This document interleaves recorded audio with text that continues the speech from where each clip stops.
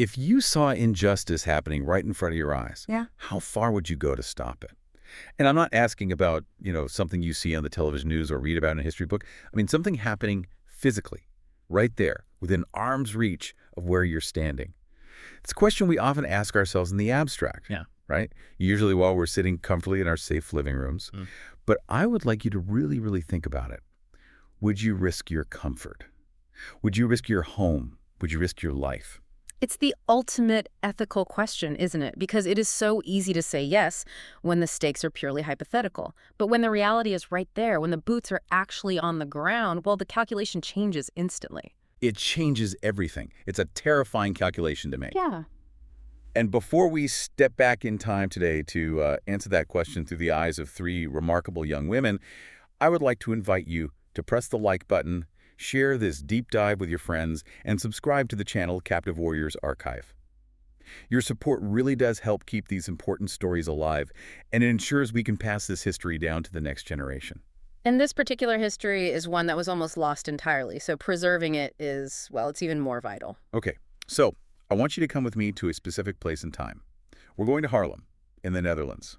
The year is 1943. It's a quiet day, maybe a bit gray like it often is in that part of the world, and we're looking at a park bench. Sounds peaceful enough. Just a park bench in a European city, a very mundane setting. It does. And approaching this bench is a young girl. She has braided pigtails. She looks innocent, harmless. If you had to guess, based on her stature and her face, you'd say she's maybe 12, perhaps 14 years old. She walks up to a woman who's sitting alone on that bench. The girl smiles, this disarming, youthful smile, and asks simply, "What is your name?" A polite, normal interaction. Uh-huh. Maybe she's lost. Maybe she thinks she recognizes a neighbor. It certainly seems that way. The woman answers. She confirms her identity. And in that split second, the atmosphere just shatters. This innocent-looking girl with the pigtails, she pulls a pistol out of her coat. She looks the woman in the eyes, and she shoots her dead. Then calmly, she gets back on her bicycle and just puddles away. Wow. That is such a jarring image. It completely disrupts our traditional idea of what a soldier looks like, Yeah. We expect uniforms, we expect men, we expect battlefields. We do not expect a girl in a skirt on a bicycle in a public park. Exactly. The girl's name is Freddie Oversteegen. And she was actually 16 years old at the time, though her petite stature made her look much, much younger. And the woman she killed. She was a Dutch collaborator. She was holding a list of names and addresses, a list of every Jewish person in the region that she was about to hand over to the Nazis. That list would have been a death sentence for hundreds of innocent people. So that single pull of the trigger, as violent and as shocking as it was, effectively saved hundreds of lives in an instant. That is a terrible, terrible burden to place on a teenager. It did. And this wasn't an isolated incident. By the end of the war, Freddie and her sister Truus would assassinate dozens of Nazis and collaborators. But here's the thing. Nobody knows the exact number. When people asked Freddie later in life, she always gave the same answer. She would say, "One should not ask a soldier any of that." That phrase really sets the tone for what we're discussing today, doesn't it? Our mission in this deep dive is to explore the true story of three young women, Freddie Oversteegen, her sister Truus Oversteegen, and their friend Hannie Schaft. But I want to be clear to you, the listener, this is not just a war story. It is not an action movie where the heroes run away from explosions without a scratch. No, it's much more complex and, frankly, much darker than that. This is a story about ordinary people who were forced to do extraordinary and terrible things just to remain human. It's about the burden of killing monsters without becoming a monster yourself. So, we're going to take our time today. We're going to walk through this slowly and respectfully because the weight of their sacrifice deserves that attention. We need to understand the psychology behind the trigger. Let's start at the very beginning. We need to understand the foundation these girls were built on. Before the guns and the missions, there was just a family, living in the village of Schoten, just outside of Haarlem. Right. And it was not an easy life. This was not a story of privilege or wealth. Not at all. Freddie was born in 1925. Her family was quite poor. For a time, they actually lived on a houseboat. The economic reality was harsh. Their father didn't make much money, and eventually, the marriage fell apart. There's this really poignant detail about the father leaving. He stood on the bow of the ship singing a French farewell song as he drifted away. That is a very cinematic, almost tragic image. It leaves the mother, Trine, to raise Freddie and Tris alone. And this is crucial because Trine is really the architect of their moral compass.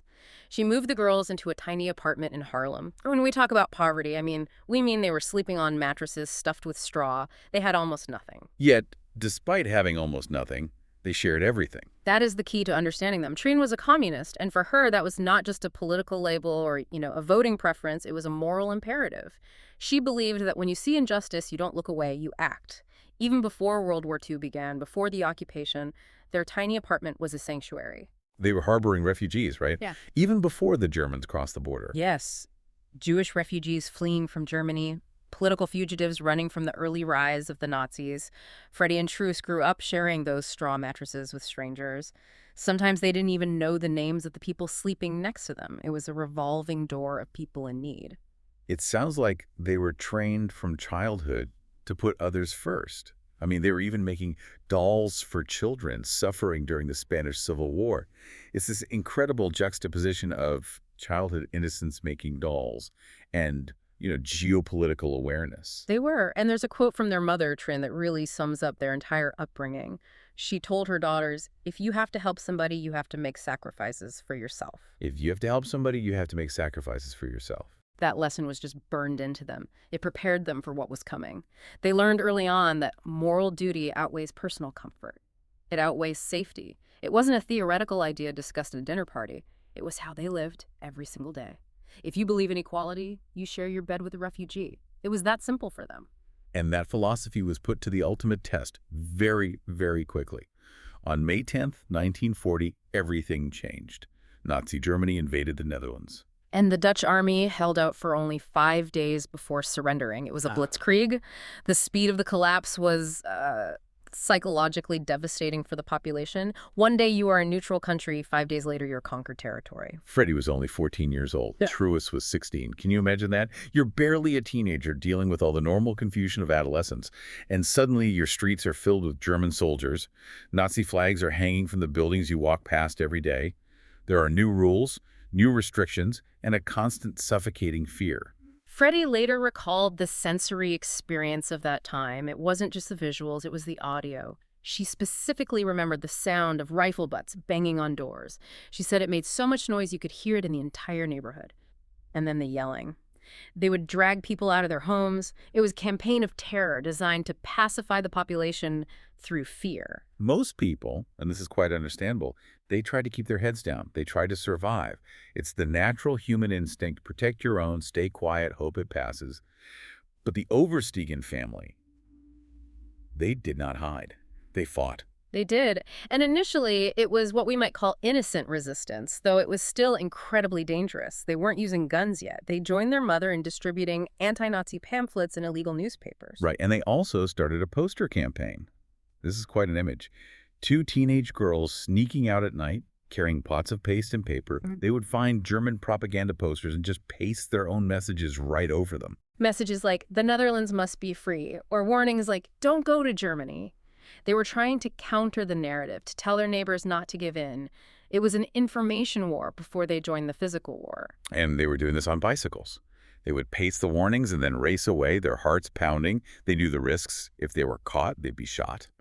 But they used their greatest asset, their innocence. Who would suspect 2 young girls in skirts riding bicycles? Precisely. To the occupiers, they were invisible, just children playing or running errands. The Nazis had a very rigid worldview, and in that worldview, teenage girls were not combatants, but their actions were making noise in the underground. In 1941, their lives took a drastic turn. A man named Franz van der Wiel came to their door. He was the commander of the Harlem Council of Resistance. Yes. He was looking for soldiers. He had heard about Trine, the mother who hid refugees. He had heard about the daughters distributing pamphlets. So he visited them and asked a very direct question. Can your daughters join the resistance? And Trine said yes, and the girl said yes.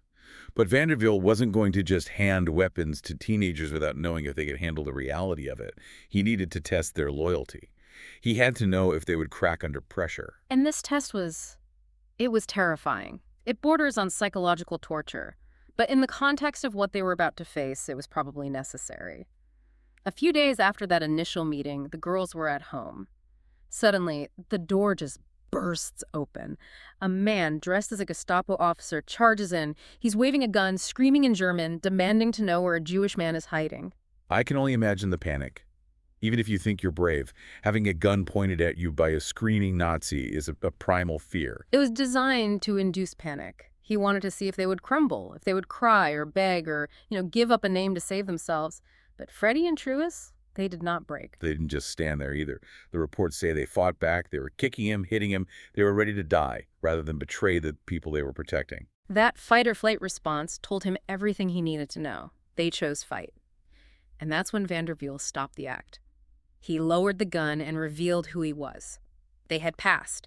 They proved they had the steel required for this work. But then he gave them a warning.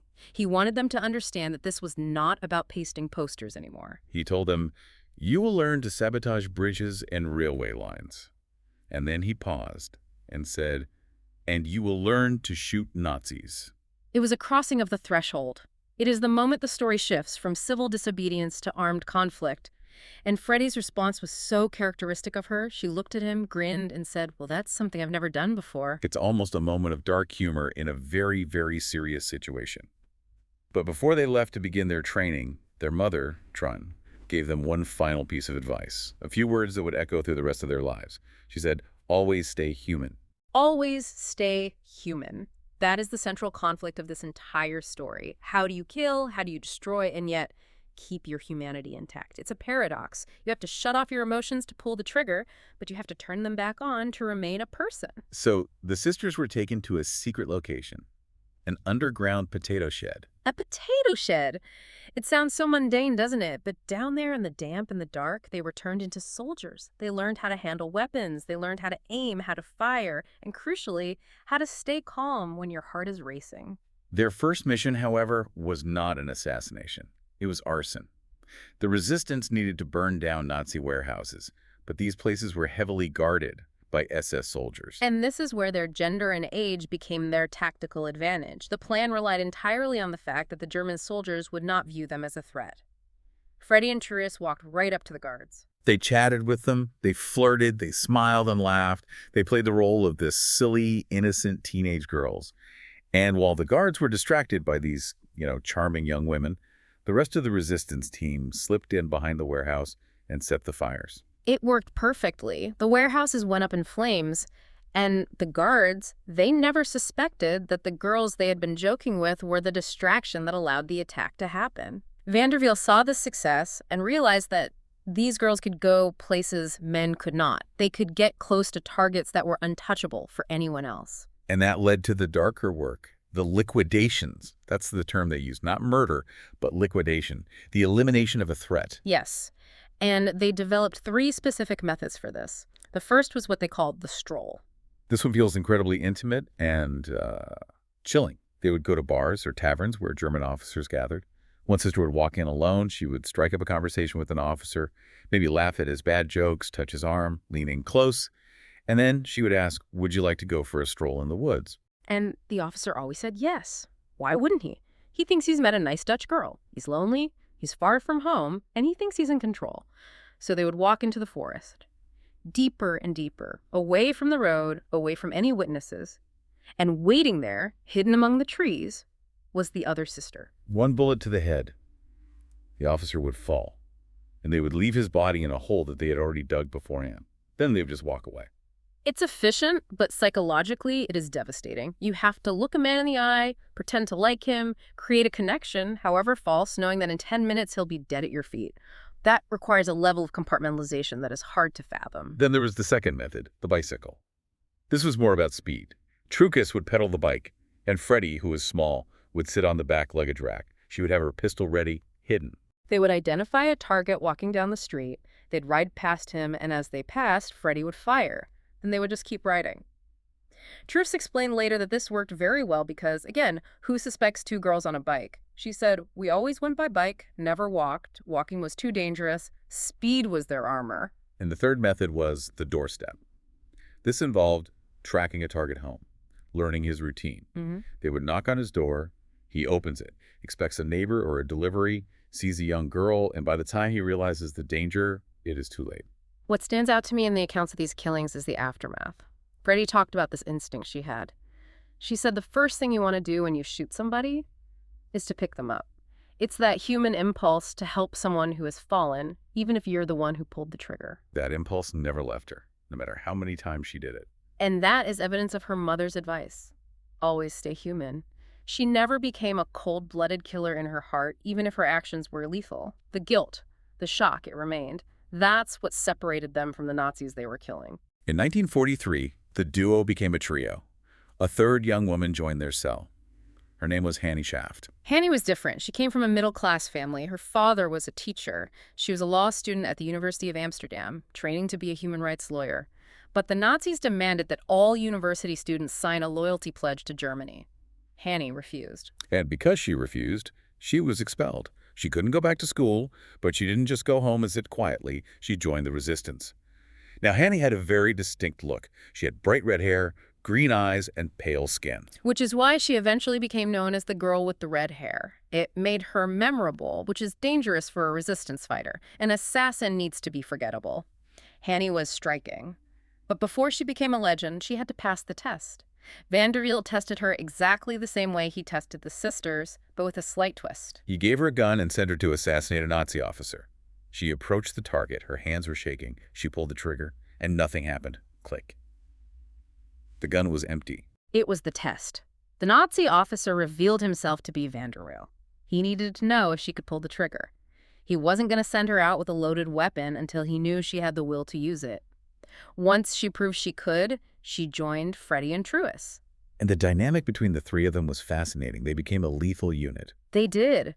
Hannie was the intellectual. She was the planner. She thought through every detail, every contingency. Truus was the leader. She was decisive, fearless, the one who made the hard calls in the moment. And Freddie was the scout. She mapped everything out. She knew the escape routes better than anyone. Together, they were unstoppable. And their scope of operations expanded. It was not just assassinations anymore. No. They were blowing up railway lines to stop the deportation trains carrying Jewish people to the camps. They were smuggling Jewish children out of the country, sometimes walking them across borders in the middle of the night. They were stealing identity papers, forging documents. It was full spectrum resistance.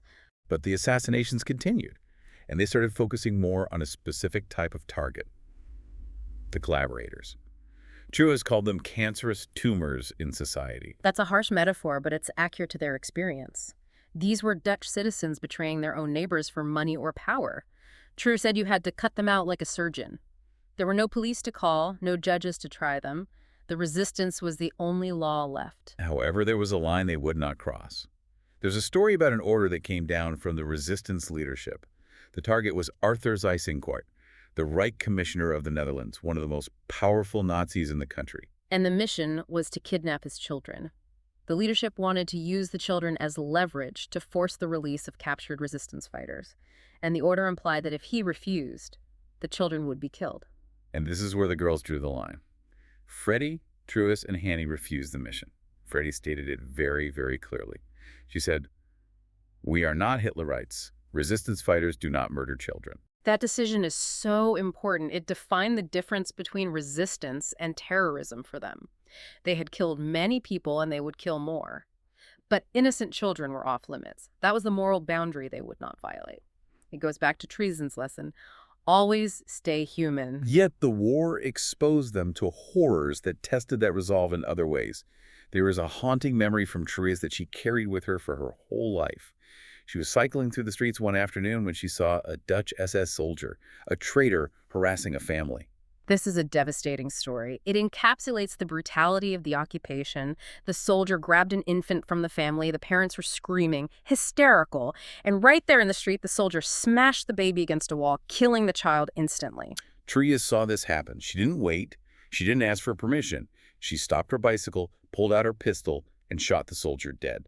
She later reflected on that moment. She said, "It was not an assignment. There were no orders. But I do not regret it. Some things do not need orders." It was a visceral reaction to absolute evil. In that moment, she was not a soldier following a strategic plan. She was a human being extinguishing a monster. As the war dragged on into 1944, Hannie Schaft became one of the most wanted people in the Netherlands. The Nazis had issued a bulletin to find the girl with the red hair. Right. She tried to disguise herself. She dyed her hair black. She wore glasses. But the net was closing in. In June 1944, a mission went wrong. She was with a fellow fighter named Jan Boomkamp. They were sent to kill a collaborator named Willem Ragout. They succeeded in killing the target, but Boomkamp was shot in the stomach during the chaos. Hanny managed to escape, but Boomkamp was captured. And this is where the tragedy unfolds. Boomkamp was dying. He was in a hospital, delirious from blood loss and heavy medication. The Nazis sent in an officer who pretended to be a friend from the resistance. He whispered to Boomkamp, "I'm here to help. Tell me where she is." And Boomkamp, believing he was speaking to an ally, gave up Hanny's address. He died shortly after. The Nazis raided Hanny's parents' home and arrested them. Hanny went into hiding, but she was isolated. She stayed underground for months, but you can only hide for so long. On March 21st, 1945, the war was almost over. The Allies were advancing. Liberation was literally weeks away. Hanny was cycling through Harlem, carrying illegal newspapers and her pistol. She was stopped at a random Nazi checkpoint. They searched her. They found the gun. She was arrested and taken to a prison in Amsterdam. They interrogated her. They tortured her. They kept her in solitary confinement. They suspected she was the famous girl with the red hair, but they needed proof. And eventually, biology betrayed her. Her dyed black hair started to grow out. The roots were red. They knew they had her. Hanny admitted to her role in the assassinations. She confessed to what she had done. But here's a remarkable part. Despite the torture, she never gave up a single name. She never mentioned Freddie. She never mentioned Truus. She protected her sisters in arms until the very end. By April 1945, it was clear Germany had lost. There was actually an agreement between the Nazis and the Dutch resistance to stop executions because the end was so near. But a Nazi officer named Willy Lages ignored it. He wanted Hanny Schaft dead. On April 17, 1945, just 18 days before the liberation of the Netherlands, Hanny was taken from her cell. She was driven to the sand dunes of Overveen, a place where hundreds of resistance fighters had been executed. 2 Dutch collaborators were assigned to kill her. Their names were Matthias Schmitz and Martin Kuiper. They stood her up in the sand. Schmitz raised his pistol and fired first. But he missed, or rather, he grazed her. The bullet hit her head but didn't kill her. And in that final moment, Hanny Schaft looked at her executioner and spoke her last words. She said, "I shoot better than you." Defiant to the last breath. It is such a powerful statement. Even at the edge of the grave, she was the superior soldier. After she said that, the other man, Kuiper, raised a submachine gun and killed her. She was 24 years old. They buried her in a shallow grave in the dunes. It was so shallow that her red hair was reportedly still visible above the sand. 18 days later, on May 5th, the war ended. The Netherlands was free. Hanny's body was recovered. She was given a state funeral. Queen Wilhelmina called her the symbol of the resistance. She became a national icon.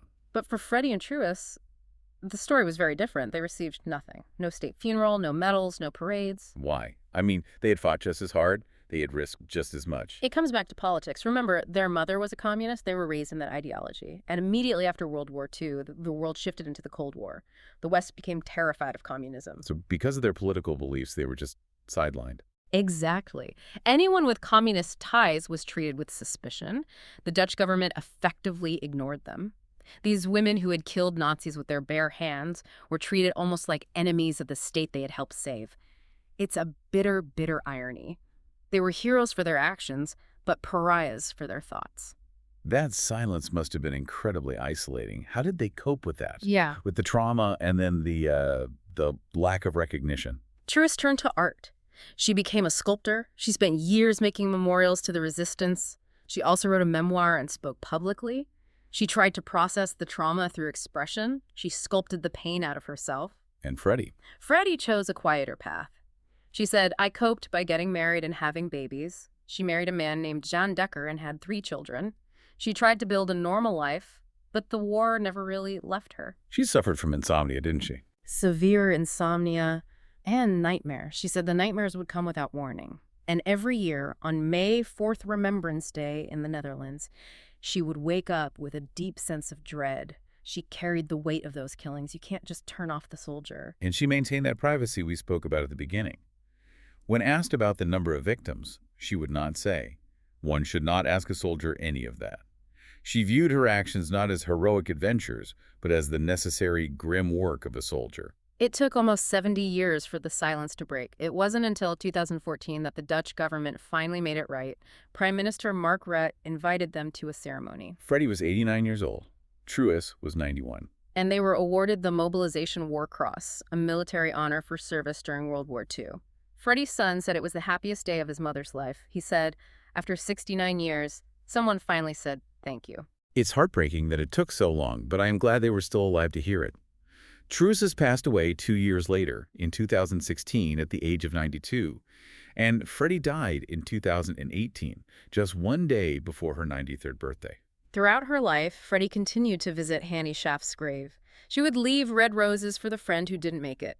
The bond of that trio survived the war, the politics, and the decades. When we look at the statistics, it really puts their bravery into perspective. It does. We often think of occupied countries as entire nations in revolt. But the reality is different. During the war, about 90% of the Dutch population just tried to survive. They lived their lives as normally as possible. About 5% collaborated with the Nazis, and only 5% joined the resistance. And of that, 5%. Only a handful were women who took up arms, and even fewer were women who killed with their own hands. Freddie Overstegen was a 14-year-old girl with braided pigtails and a pistol in her bicycle basket. She was a statistical anomaly. The expert on our team pointed out something profound about the comparison between the sisters and the Nazis they fought. The Nazis killed millions. They did it systematically, industrially, and without remorse. They lost their humanity entirely. But Freddie and Truus, they killed, yes, but they cried after every kill. They refused to murder children. They carried the trauma of their actions for the rest of their lives. That guilt, that pain, that is the proof that they followed their mother's advice. They remained human. It's a story that really challenges us. They were not Hollywood heroes. There was no dramatic music playing when they rode their bikes, just the sound of tires on pavement and a beating heart. They were teenage girls who decided that some things are worth dying for. And, perhaps more difficultly, that some things are worth killing for. Freddie lived to be 92, and she never apologized for what she did. She carried that weight so that others didn't have to. Thank you for listening to this deep dive into the lives of the bicycle assassins. It is a heavy story, but a necessary one. If this story touched you, please remember to like, share, and subscribe to Captive Warriors Archive. It really does help us bring more history to light. Until next time, take care.